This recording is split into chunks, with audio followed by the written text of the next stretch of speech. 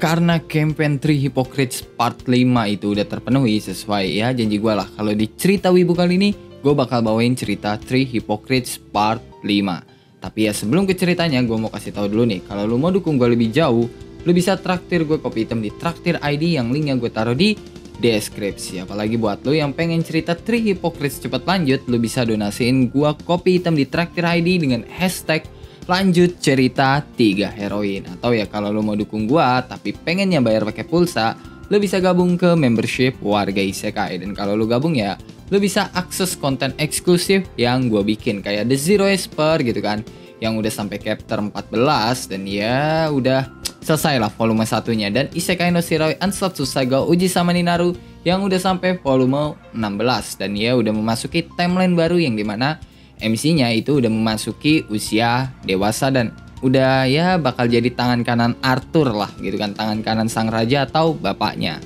Sama ya satu cerita fanfiction DxD yang berjudul High School DxD Phantom Ballet yang ya belum banyak sih chapternya gitu kan. Dan kalau lu belum nonton, lu bisa nonton dulu kocok secara gratis, linknya gue taruh di deskripsi. Dan kalau lu tertarik buat lanjut dengerin storytelling cerita buatan gue itu, lu bisa gabung ke membership warga Isekai buat dengerin lanjutannya. Dan ya oke lah ya, daripada gue banyak bacot lagi, mending lu pada siapin kopi, siapin cemilan, siapin sebatang rokok, dan kencangkan celana dalam. Kalau udah kita langsung aja ke ceritanya. Nah sebelum ke ceritanya, gue mau kasih disclaimer dulu nih, kalau ini cerita buatan gue. Jadi kalau lu nyari manga, anime, ataupun novel ya kagak bakal ada dan kagak bakal ketemu karena ini karya original yang gue bikin. Dan jangan nanya judul aslinya apa, bacanya di mana, karena kayak gue bilang tadi, ini cerita yang gue bikin sendiri. Dan karena ini cuma kerangka cerita aja gitu kan, bukan detailing ceritanya, jadi ya gue ceritain hanya garis besarnya aja di chapter tersebut, bukan detailing cerita dari chapter tersebut. Oke? Paham kan cuk? Chapter 7 dibuka dengan Buddhis dan Rufus yang ngelaporin ke Nafila apa yang terjadi di penginapan Aqua. Dan ya apa yang terjadi juga gitu ke Ray sama Edward setelah Rufus bertujuan untuk ngebunuh Ray sama Edward. Nah pertama Rufus itu ngasih laporan tuh kalau dia gagal ngebunuh Ray sama Edward. Ya seakan mereka berdua itu udah tahu gitu kan apa yang bakal terjadi. Dan kalau dilihat dari tindakan si Ray sama Edward di situasi yang kayak gitu kan, Rufus menduga kalau Ray sama Edward ya bukan orang sembarangan, karena ya mereka bisa ngatasin sekumpulan pembunuh gitu kan dengan cara yang bisa dibilang bisa ngambil tindakan yang tepat lah. Dan Rufus yang juga ada di lokasi dan ngelihat kejadiannya langsung, dia beranggapan kalau Ray sama Edward bukan sekadar jaksa, melainkan ahli bela diri juga kalau menurut Rufus. Karena ya kalau orang biasa di situasi kayak gitu pasti udah panik tuh, dan ya minimal kalau selamat pasti bakal ngebunuh gitu kan salah satu dari orang yang dia suruh atau yang disuruh sama Rufus. Tapi nyatanya nggak ada satupun gitu kan dari orang suruhannya Rufus yang mati, yang berarti mereka atau Ray sama Edward itu udah terbiasa sama situasi kayak gitu. Makanya mereka bisa tenang banget dan mengambil tindakan yang tepat.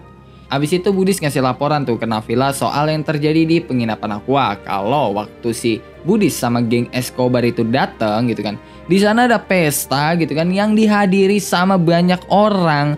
Bahkan banyak orang juga yang dari luar negeri. Jadi ya mereka nggak bisa ngambil tindakan. Karena kalau sampai Buddhis ngebuat kekacauan di situ, masalahnya udah bukan masalah personal lagi, bahkan ya bukan masalah nasional juga, melainkan masalah internasional karena tamunya gitu kan, tamu yang ada di pesta di apartemen Aqua itu dari luar negeri semua. Dan Buddhis nggak mau ngambil resiko itu gitu kan, yang malah itu bisa membahayakan Nafila dan yang lainnya. Nah, Nafila yang dengar laporannya Buddhis sama Rufus ngerasa pusing gitu kan sama situasi yang lagi terjadi sekarang. Karena ya situasinya itu nggak berpihak ke dia sama sekali. Dan ya semua rencananya gagal total seakan ada pengkhianat di antara mereka. Atau ya minimal ada yang menyabotase lah percakapan mereka gitu kan. Abis itu Buddhis sama Rufus disuruh keluar tuh sama Nafila. Karena ya dia pengen jernihin pikirannya yang kacau lah setelah dengar laporannya Buddhis sama Rufus. Nah, di luar ruangannya Nafila, Buddhis sama Rufus jalan tuh kan sambil ngomongin masalah yang lagi menimpa mereka saat ini. Dan mereka mikir buat nyari siapa pengkhianat sebenarnya. Karena ya mereka berdua itu sama-sama takut kalau sampai ngebuat Nafila marah. Mungkin Nafila belum ngelakuin apa-apa gitu kan ke mereka. Tapi mereka nggak yakin bisa selamat kalau mereka berbuat kesalahan lagi. Setelah itu cerita berganti ke Ciel dan Fatur yang ngebahas masalah investasi mereka gitu kan. Dan mereka berencana buat bikin perusahaan investasi baru dengan nama Loki Investment. Nah, mereka itu mulai ngebahas tuh saham apa aja yang mau mereka beli. Dan di situ mereka saling tukar pendapat lah. Sampai Fatur curiga ke Ciel, apa Ciel itu bener-bener kayak orang yang dirumorkan gitu kan. Yang merupakan seorang anak konglomerat yang sukanya males-malesan, pengennya main doang gitu kan. Karena ya rumornya kayak gitu. Tapi setelah ketemu langsung dan saling tukar pendapat, Fatur ngerasa ya kalau rumor itu nggak benar. Karena dari apa yang mereka bahas, Fatur yakin Ciel itu orang yang cukup pintar. Bahkan Ciel itu sampai bisa tahu gitu kan soal pergerakan grafik saham dan cara memprediksinya. Yang akhirnya ya mereka mutusin tuh kan buat beli 10 saham sekaligus yang semuanya ya make duit Ciel. Atau ya lebih tepatnya make duitnya Fehan sih. Setelah itu cerita berganti ke Blaze yang tiba-tiba masuk tuh jadi penghuni penginapan Aqua. Dan ya dia acting lah jadi orang yang ramah dan memperkenalkan dirinya dengan nama Raito. Dan kelihatan gitu kan kalau kemampuan actingnya Blaze tuh ya lumayan bagus lah. Karena dia bisa berbaur dengan penghuni penginapan yang lain. Tapi di mata Rin, Ray, dan Edward sama Karen ya mereka curiga sama Blaze kayak kayak ada sesuatu lah yang disembunyiin sama Blaze. Nah, selama beberapa hari di penginapan Aqua, Blaze terus ngawasin pergerakannya Rin gitu kan. Walaupun dia ngerasa nggak ada yang aneh sama Rin. Malah ya, Blaze mikir kalau Rin itu orang yang baik. Karena ya pertama, Blaze ngeliat Rin ngomelin anak-anak tuh kan. Yang pada bolos sekolah di sekitar penginapan Aqua. Dan nyuruh Karen buat ngebawa anak-anak itu ke sekolah. Kedua, Blaze juga ngeliat Rin lagi ngebantuin kerjaannya Ray gitu kan. Ngurus dokumen walaupun ya Blaze nggak tahu kalau sebenarnya Rin sama Ray itu lagi ngurus masalah Fehan. Karena ya Blaze kan ngawasinnya dari jauh gitu. Jadi ya dia nggak tahu apa yang lagi dibicarain antara Rin sama Ray. Ketiga, Rin itu ngadain acara penyambutan buat Blaze. Dan Blaze ngerasa kalau dia ya kayak dinotis lah sama Rin sebagai penghuni baru. Dan merasa ya kalau Rin itu orang yang baik gitu loh. Setelah itu cerita berganti ke Ciel dan Fatur. Dan ya udah 1 bulan lah mereka bekerja sama dan membangun Loki Investment. Dan ya mereka berhasil mendapatkan cuan senilai $500 juta dalam sekejap. Dan ya dari semua saham yang mereka beli gitu kan gak ada satupun yang ngebuat mereka rugi. Tapi ya $500 juta itu nggak cuma dari 10 saham yang di awal mereka beli. Melainkan ya selama 1 bulan ini mereka terus ngebeli berbagai saham yang punya potensi. Sampai totalnya ya Loki Investment bisa memegang 100 saham perusahaan. Makanya ya pas mereka ngejual semua saham itu mereka bisa dapat $500 juta dalam sekejap. Tapi ya Fatur yang seneng sama pendapatannya dalam 1 bulan itu yang mencapai $500 juta gitu kan. Itu malah bingung karena Ciel kayak nggak ngerasain apa-apa lah. Dan pas Fatur nanyain soal itu, Ciel bilang tujuannya bukan cuan tapi itu. Ciel ngomong kayak gitu sambil nunjuk gedung Fehan yang bikin Fatur kaget banget terus bilang Ciel mau ngerebut Fehan dari Adit. Dan Ciel bilang nggak ngerebut tapi dia pengen ngebeli Fehan. Dan bisa mengendalikan Fehan dari balik bayangan kayak Loki Investment. Ya selama 1 bulan gitu kan nama Loki Investment itu mulai meroket tuh. Dan yang mereka tahu gitu kan atau yang publik tahu pemilik Loki Investment adalah Fatur. Dan beberapa kali Fatur diwawancarai gitu kan sampai namanya itu terkenal. Bahkan orang sekelas Adit dan Nafil aja itu sampai tahu siapa itu Fatur. Yang padahal mereka nggak tahu aja gitu kan pemilik asli dari Loki Investment gitu kan adalah adik mereka sendiri yaitu Ciel. Nah setelah itu Ciel sama Fatur itu ngebahas tuh kan langkah mereka selanjutnya untuk ngebuat Fatur bisa berdiri di panggung yang sama kayak Adit dan Nafila. Serta yang ngebuat Ciel bisa jadi pemilik Fehan dari balik bayangan. Dan menurut Ciel langkah paling tepat ya mereka harus membeli perusahaan yang juga diincar sama Adit. Dan ya bisa ngambil alih perusahaan itulah. Dengan begitu Fatur pasti bakal dinotis juga sama Adit. Karena ya Fatur itu kayak menghalangi jalannya Adit. Dan Fatur setuju sama sarannya Ciel. Tapi dia nggak tahu gitu kan perusahaan apa yang lagi diincar sama Adit. Ya Fehan itu kan emang bergerak di bidang farmasi gitu kan. Tapi saham Fehan itu nggak cuma ada di bidang farmasi doang. Tapi Fehan itu juga memegang berbagai saham di bidang otomotif, fashion, teknologi, dan yang lainnya. Salah satunya yaitu perusahaan keluarga Rian, yang dimana ya Fehan punya 20% saham perusahaan keluarganya Rian. Tapi ya Sial bilang lagi tuh, serahin hal itu ke dia karena ya nyari info soal Fehan itu sangat mudah bagi Sial. Karena ya dia juga bagian dari Fehan. Yang ditanggepin sama Fatur, dasar orang dalam. Dan Sial itu cuma ketawa aja lah nanggepin omongan Fatur itu. Setelah itu cerita berpindah ke acara makan malam keluarga antara Sial, Adit, dan Nafila. Dan ya selama makan malam itu, Sial, Adit, dan Nafila itu ngobrol-ngobrol tuh kan. Nah Sial nanya tuh soal Fehan yang memegang beberapa saham perusahaan kan. Kayak ya di bidang fashion, di bidang teknologi, otomotif, dan yang lainnya tuh. Dan Adit malah nanya balik, kenapa Sial nanyain itu? Dan Sial bilang, dia pengen tahu aja karena ya Sial itu pengen belajar dari Adit. Itu yang dibilang sama Sial. Dan itu bikin Adit sama Nafila agak seneng tuh karena ya Sial udah mulai dewasa lah. Karena ya dia mau belajar soal investasi. Makanya ya Adit sama Nafila ngasih tau lah alasan mereka investasi ke beberapa perusahaan itu gitu kan yang sekarang dipegang sama Fehan. Dan Adit juga ngasih tahu cara keluarga mereka memilih perusahaan buat diinvestasi itu kayak gimana. Dan abis itu Sial nanya tuh selanjutnya perusahaan mana yang pengen Adit investasi. Tapi Adit malah bilang kenapa nggak Sial tebak aja. Dan Sial nebak kalau perusahaan selanjutnya yang bakal diinvestasi atau ya diincar sama Adit itu adalah Pratama Entertain. Karena perusahaan itu ya sekarang lagi jatuh dan mengingat perusahaan itu bergerak di bidang entertain serta siaran TV swasta dengan skala nasional, maka itu bakal berguna banget bagi Fehan. Dan Pratama Entertain itu kan salah satu perusahaan TV yang gak mau diajak kerjasama tuh waktu itu sama si Adit. Makanya Adit ngejatohin saham Pratama Entertain. Dan sekarang ya Adit pengen ngebelinya.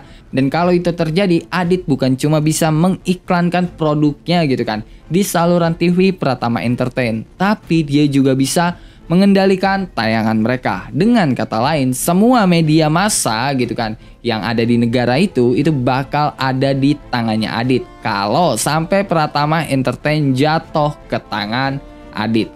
Nah setelah Sial selesai jelasin, Adit sama Nafila yang denger itu agak kaget tuh karena ya jawaban Sial itu bener banget dan Adit langsung muji Sial. Yang padahal ya Adit sama Nafila nggak tahu aja kalau Sial itu lagi ngorek informasi dari mereka berdua. Dan Sial ngebatin ini sangat mudah. Tapi ya di lain sisi Sial juga ngeri sendiri gitu sama Adit dan Nafila. Karena mereka berdua sampai ngerencanain sejauh itu gitu loh buat ngendaliin semua media massa yang ada di negara itu.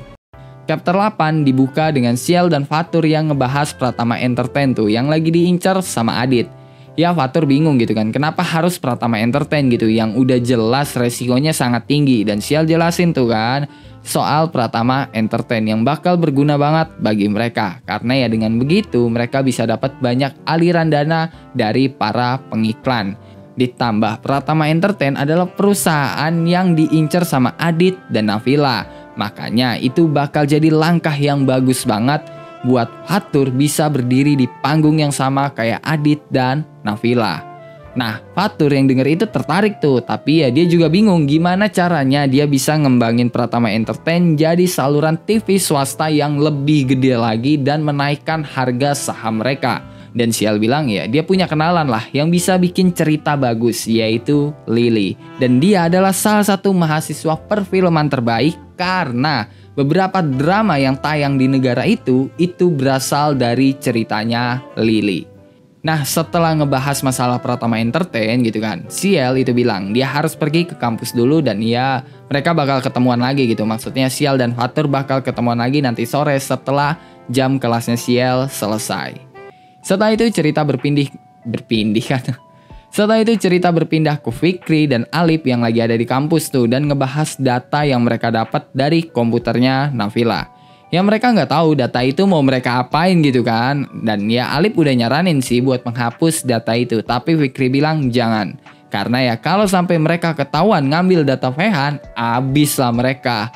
Dan kalau data itu masih ada, ya setidaknya mereka bisa bernegosiasi sama Fehan. Entah itu sama Adit atau Nafila. Walaupun ya kemungkinan mereka selamat 50% doang lah. Nah pas mereka lagi ngobrol-ngobrol begitu, tanpa mereka sadari Lily itu ada tuh di belakang mereka yang bikin mereka kaget banget. Dan Lily itu jadi curiga gitu, ada sesuatu yang mereka sembunyiin. Karena pas Lily nanya Alip sama Fikri kenapa, ya mereka malah bilang nggak ada apa-apa. Yang ya bikin Lily jadi curiga gitu loh. Tapi ya Lily nggak terlalu peduli banget, toh itu urusan mereka gitu kan, bukan urusan dia. Dan dia nggak mau ikut campur lebih jauh sama urusan dua batangan itulah. Dan gak lama Ciel juga datang tuh nyamperin mereka semua. Dan mereka mulai ngebahas rencana mereka soal Ciel yang pengen ngerebut Rian dari Nabila. Setelah itu cerita berpindah ke Rin dan Karen yang lagi pergi ke ruang berangkas yang ada di penginapan Aqua. Yang ya berhubung dua orang yang jadi pengikut sekte itu gak ada gitu kan. Makanya ya mereka bisa masuk lah ke ruangan itu. Nah, mereka ngomongin tuh gimana caranya mereka bisa ngebobol berangkas Joshua yang ada di ruang bawah tanah. Dan ya mereka ngobrol tuh sambil duduk di lantai lah dan menghadap patung yang suka disembah sama dua pengikut sekte yang ada di penginapan Aqua. Terus buat nyari lokasi pasnya di mana, lokasi pintu menuju ruang bawah tanahnya Joshua, mereka nempelin tuh kan tangan mereka di lantai gitu kan buat nyari sensasi dingin dari besi yang ketutupan lantai kayu di situ. Dan tanpa mereka sadari ternyata Blaze itu ngeliatin mereka gitu kan. Tapi di mata Blaze mereka bukan kayak lagi nyari sesuatu, melainkan kayak lagi nyembah patung di depan mereka. Dan itu ngebuat Blaze terharu gitu kan, terus bilang, "Oh, aku yakin mereka berdua itu bukan orang jahat." Setelah itu cerita berpindah ke Ciel dan gengnya lagi tuh, yang dimana ya mereka lagi jalan karena ya kelas mereka udah selesai, termasuk si Ciel. Dan pas mereka lagi jalan, mereka noleh tuh kan ke arah lain karena dengar suara ribut-ribut. Dan ternyata pelaku yang nyebabin keributan itu adalah Fatur yang jalan ke arah Ciel dan gengnya, yang dimana di situ Fatur jadi pusat perhatian semua orang, terutama para cewek yang pada heboh ngeliat Fatur. Nah pas Fatur di depan Ciel nanya gitu kan kenapa Fatur kesini. Dan Fatur balas bukannya Ciel yang nyuruh dia buat nemuin Ciel. Yang dibalas sama Ciel tapi yang gak di kampus juga. Dan Fatur itu cuma senyum doang yang bikin muka Lily itu merah gitu kan pas ngeliat mukanya Fatur. Yang ya bukan cuma Lily doang sih, tapi semua cewek yang ngeliat Fatur gitu loh. Kecuali Ciel yang biasa aja lah ngeliat senyumannya Fatur itu. Terus Lily nanya gitu kan ke Ciel, Fatur itu siapa? Pakai nada yang bisik-bisik tuh. Dan Ciel bilang ya rahasia. Abis itu Ciel bilang dia bakal duluan karena ada urusan. Dan ya abis itu Ciel pergi sama Fatur. Dan dengan gentle Fatur nawarin tangannya buat digandeng sama Ciel, yang dengan senang hati diterima sama Ciel. Dan itu bikin semua orang yang ngeliat mereka pada teriak-teriak gak jelas dan mulai ngehalus soal Fatur sama Ciel yang cocok banget lah kalau kata mereka. Nah Alip yang dari tadi ngeliat gitu kan, dia nahan kesel banget gitu kan dan pengen nonjok gitu loh mukanya Fatur yang sok kegantengan bagi Alip. Tapi ya Fikri nahan-nahan Alip gitu kan dari tadi, udah jangan-jangan. Karena ya kalau Alip mukul Fatur udah pasti Alip bakal dapat masalah. Ya image Fatur di awal itu udah bagus banget, dan kalau sampai Alip nyari masalah itu sama aja Alip nyari ribut sama fans dadakannya Fatur. Dan ya Fatur sama Ciel itu pergi menuju Pratama Entertain buat membahas masalah saham yang bakal mereka beli, atau lebih tepatnya ya mengambil alih Pratama Entertain. Setelah itu cerita berpindah ke Fatur dan Ciel yang datengin perusahaan Pratama Entertain. Dan ya mereka bernegosiasi lah sama pemilik dari Pratama Entertain yang bernama Indra. Dan mereka ngobrolin tuh kan masalah saham yang bakal dibeli sama Fatur sama Ciel. Mereka negosiasi sampai ya nemu harga yang cocok lah. Dan ya pas sudah deal-dealan Fatur tanda tangan tuh. Dan ya sekarang Pratama Entertain jadi milik Fatur. Karena ya saham tertinggi Pratama Entertain dipegang sama Fatur, atau lebih tepatnya sama Ciel sih. Nah setelah itu mereka ngebahas tuh gimana caranya mereka bisa naikin harga saham Pratama Entertain yang lagi jatuh. Karena semenjak saham mereka anjlok, para pengiklan itu narik kontrak mereka tuh dari Pratama Entertain. Bahkan ya penulis cerita, sutradara, dan yang lainnya yang bekerja di Pratama Entertain pada cabut semua. Tapi ya Ciel bilang itu masalah gampang, dia punya banyak kenalan yang bisa dipekerjakan di Pratama Entertain.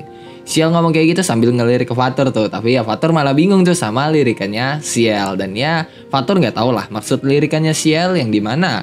Ya banyak para wanita yang mau bekerja di Pratama Entertain karena Fatur.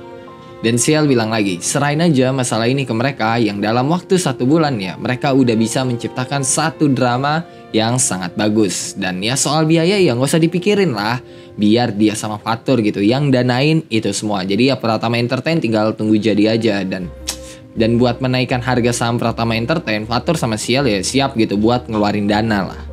Setelah itu cerita berpindah ke Rin dan Ray yang lagi minum-minum tuh di suatu bar. Dan ya daripada minum gitu kan, sebenarnya Ray lebih kayak nemenin Rin sih. Karena ya Rin bilang dia mau minum gitu kan, tapi nggak ada teman soalnya Karen ada urusan. Jadinya ya Ray gitu yang nemenin Rin.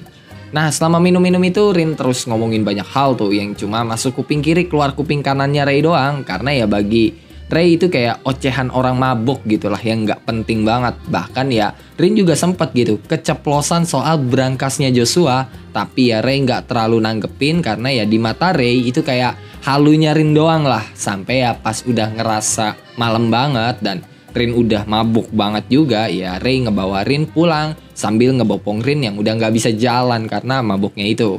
Nah di lain tempat ternyata Karen yang lagi nggak sama Rin itu disuruh sama Rin buat pergi ke negaranya Joshua. Buat nyari kunci berangkasnya Joshua karena ya tanpa kunci itu mereka nggak bakal bisa ngebuka berangkas Joshua yang ada di bawah apartemen Aqua. Dan kalau mereka maksa buat buka itu berangkas, yang ada ya berangkasnya malah meledak.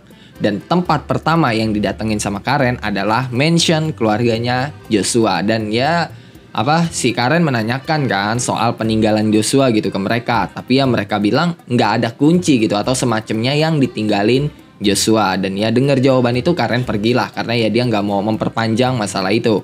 Tapi dia curiga tuh ada sesuatu yang disembunyikan sama keluarganya Joshua. Makanya daripada maksa keluarganya Joshua buat buka mulut, Karen lebih milih masuk lagi ke mansion Joshua dengan cara yang berbeda, yaitu menyusup. Walaupun ya dia nggak sekarang, karena ya yang ada kalau dia masuk sekarang gitu kan ke mansionnya Joshua terus ada barang yang hilang, udah jelas Karen yang bakal jadi tersangka utamanya dan dia nggak bakal bisa balik ke negaranya. Ataupun sekalipun dia bisa balik ke negaranya dengan cara dideportasi, ya barang yang tadi dia ambil bakal diambil lagi sama keluarganya Joshua. Chapter 9 dibuka dengan Alip yang lagi kesel banget karena Fatur. Dan ya karena hal itu dia mutusin tuh buat jadi detektif dadakan dan menyelidiki segala hal tentang Fatur. Dan pas Alip nyari tahu soal Fatur, dia kaget banget. Walaupun ya nggak sekaget pas dapat data Fehan gitu kan yang bikin sampai serangan jantung gitu. Nah di situ Alip baru tahu tuh kalau Fatur adalah investor jenius yang merupakan CEO dari Loki Investment. Yang sebenarnya sih ya CEO dari Loki Investment itu si Sial gitu. Tapi ya di depan umum semua orang taunya Fatur adalah CEO dari Loki Investment. Dan di usianya yang masih cukup muda, maksudnya si Fatur, kekayaan Fatur itu udah ditaksir menyamai para konglomerat. Padahal dia itu cuma berasal dari keluarga biasa aja dan privilege yang dipunya Fatur bahkan ya nggak sebanyak privilege yang dipunya Alip yang merupakan ya anak konglomerat lah. Jadi ya bisa dibilang Alip ini anak konglomerat dan punya privilege yang lebih dari Fatur. Nah Alip itu terus nyari tuh data Fatur karena ya dia mikir siapa tahu aja dia bisa nemuin catatan kelamnya Fatur yang ngebuat gitu kan Sial ngejauh dari Fatur. Tapi ya sayang itu semua nihil karena ya catatan Fatur itu benar-benar bersih. Nggak ada catatan kelam, entah itu tindakan kriminal atau apapun itu nggak ada. Semuanya bersih sampai Alip sendiri kesel dan ngedumel apa ini orang beneran manusia gitu. Karena catatannya bersih banget. Setelah itu cerita berpindah ke makan malam keluarganya Adit, Nafila, dan Sial yang ya kayak biasalah.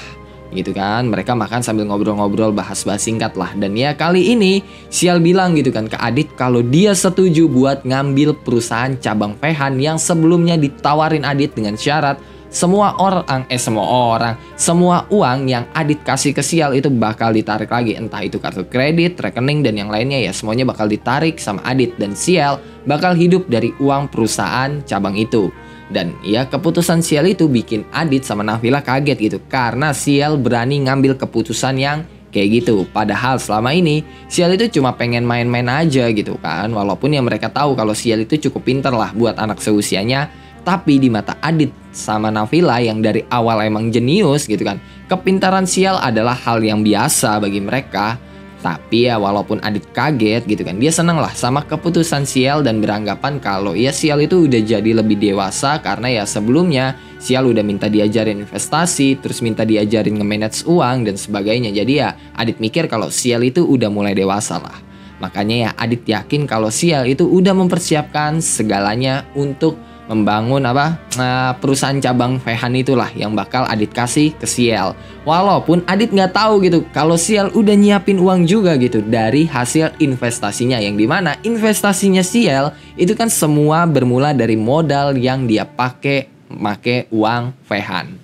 Setelah itu cerita berpindah ke Fikri gitu kan, yang juga lagi makan malam keluarga nih. Tapi dia makan cuma sama kakaknya doang tuh, si Rian. Sedangkan orang tuanya itu lagi liburan di luar negeri.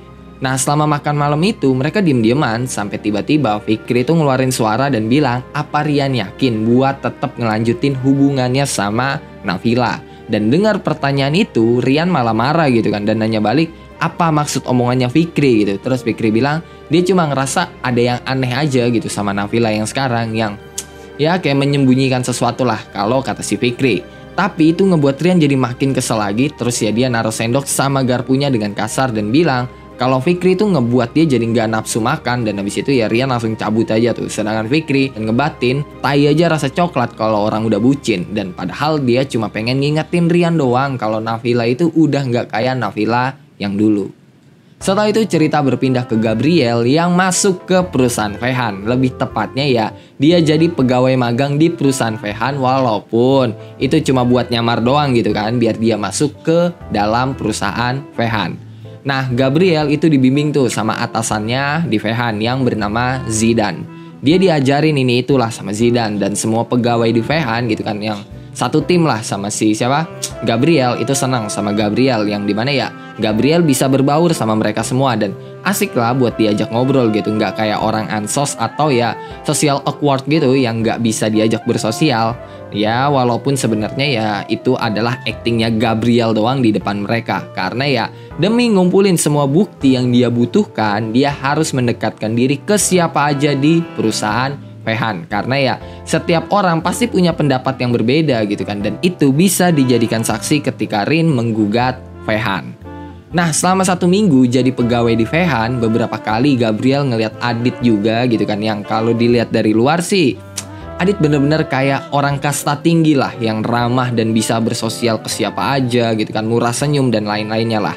Dan itu kelihatan gitu kan dari Adit yang ya nyapa para pegawainya gitu kan, terus juga nggak pernah ngomel, palingan ya cuma ngasih tahu terus ngasih saran, dan yang nggak ada sifat menggurui lah dari Adit. Dan pas ngeliat itu Gabriel ngebatin gitu ya, mungkin Adit adalah salah satu orang yang paling mengerikan yang pernah dia lihat. Gabriel bisa ngomong gitu karena Adit itu bener-bener pinter buat ngebikin orang lain ada di pihaknya.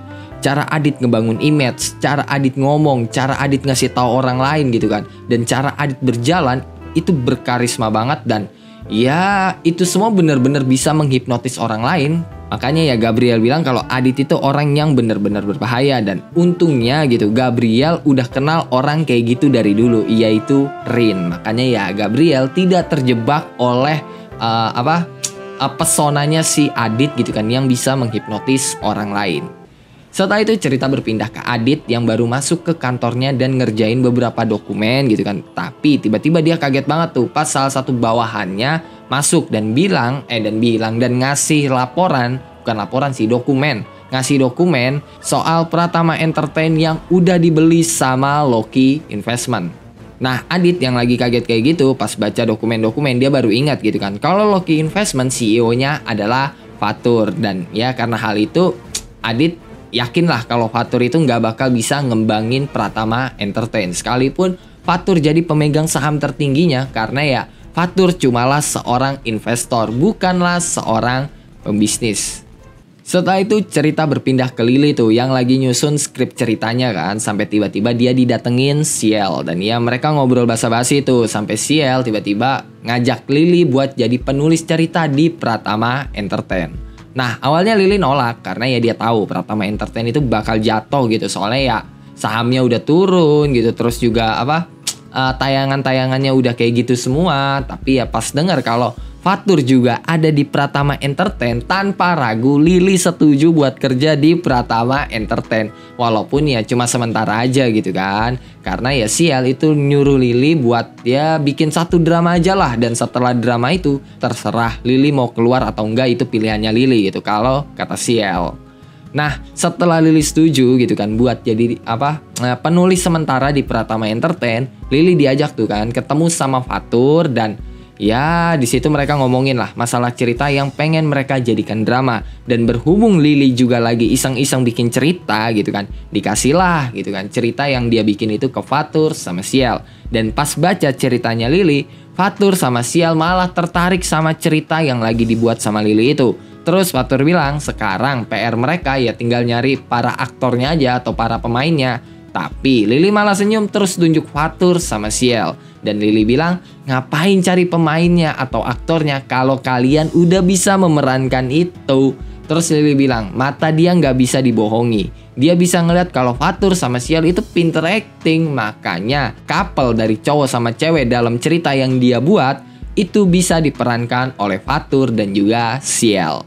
Nah, Sial sama Fatur awalnya nggak setuju tuh kan. Tapi setelah Lily bilang itu bisa mangkas budget, ditambah ya tampang dari Sial sama Fatur itu juga menjual banget. Yang harusnya gitu kan Fatur sama Sial bisa jadi pendongkrak buat drama spektakuler yang bakal dibuat Pratama Entertain. Dan buat lu yang pengen cerita Three Hypocrites ini cepat lanjut, lu bisa traktir gue kopi hitam di Traktir ID yang nanti kalau campaign-nya udah terpenuhi, lu lihatlah sendiri kan campaign-nya ada berapa. Nah, kalau itu terpenuhi, gue bakal lanjut Three Hypocrites ke part selanjutnya. Dan oke lah, cukup sampai di sini buat video kali ini. Gimana menurut Nucuk soal Three Hypocrites part kali ini lah? Apakah bagus atau tidak? Coba tulis di dalam kolom komentar. Kalau lu punya pertanyaan, pendapat, saran, atau bacotan-bacotan gak penting lu lupa lu juga bisa tulis di dalam kolom komentar. Jangan lupa like video ini. Dan ya kalau nggak suka lu juga boleh dislike, gue nggak maksa lu kocok buat tekan tombol like. Dan jangan lupa ngopi hari ini. Sampai jumpa di video selanjutnya, bye bye.